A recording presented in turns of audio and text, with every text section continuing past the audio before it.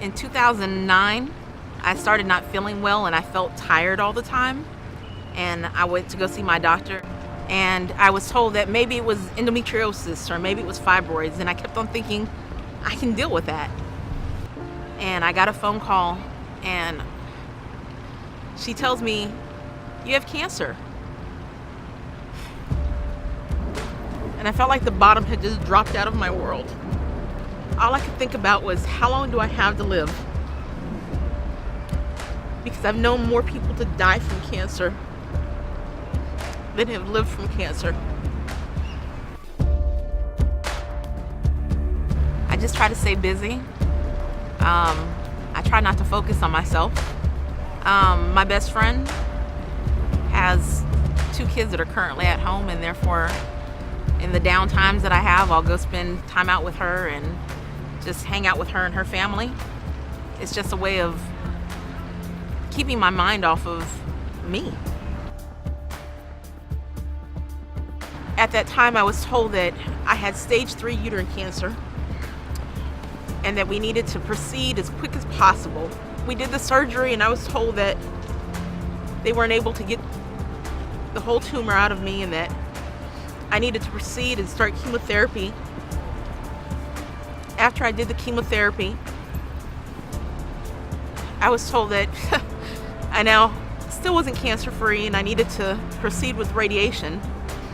And I remember that the doctor told me that radiation was not going to treat me. And this is just a process that we're going through because my tumor was too big and he didn't know what to do after that. So it's like I felt like hope was just dwindling and that I was just doing things just to do them versus fighting to save my life.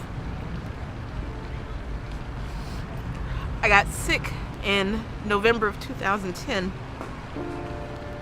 And I remember I was laying on a gurney and I had a doctor standing above me asking me if he could intubate me because he was afraid that if he didn't do it now, he wouldn't be able to do it later. And I woke up 9 days later with my mother standing over me, who had flown in from Atlanta, telling me that I had developed a blood clot in my chest around my port. And basically all the symptoms that I had been complaining about was where blood was sitting on my head. And the doctors were worried that I wasn't going to overcome that. I remember my oncologist telling my mom that my cancer had spread, to go ahead and sign the DNR and to start making funeral arrangements for me. So I had already told my family by no means are they ever to give up on me. And by no means are they to ever sign a DNR for me. So they had refused, and the doctor told me that you only resuscitate healthy young people, not people in my situation.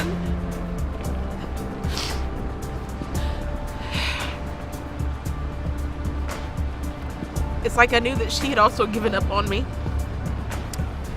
So when I got out of the hospital, I decided that it was time for a new medical team. And then I called Mary Crowley. From the moment that I stepped through the doors, I felt like there was hope.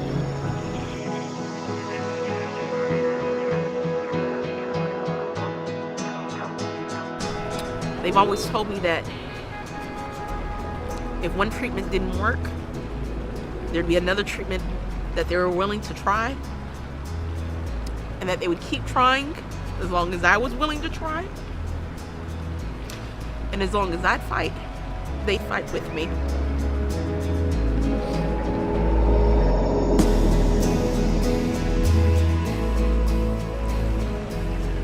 And because of the people at Mary Crowley and the care that I've received at Mary Crowley,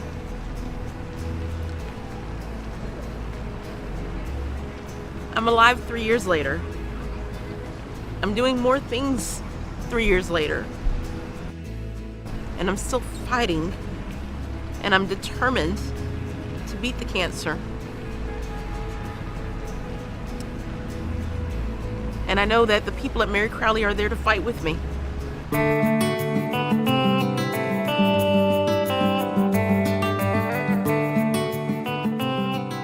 And it seems like with every CT scan, I've had shrinkage.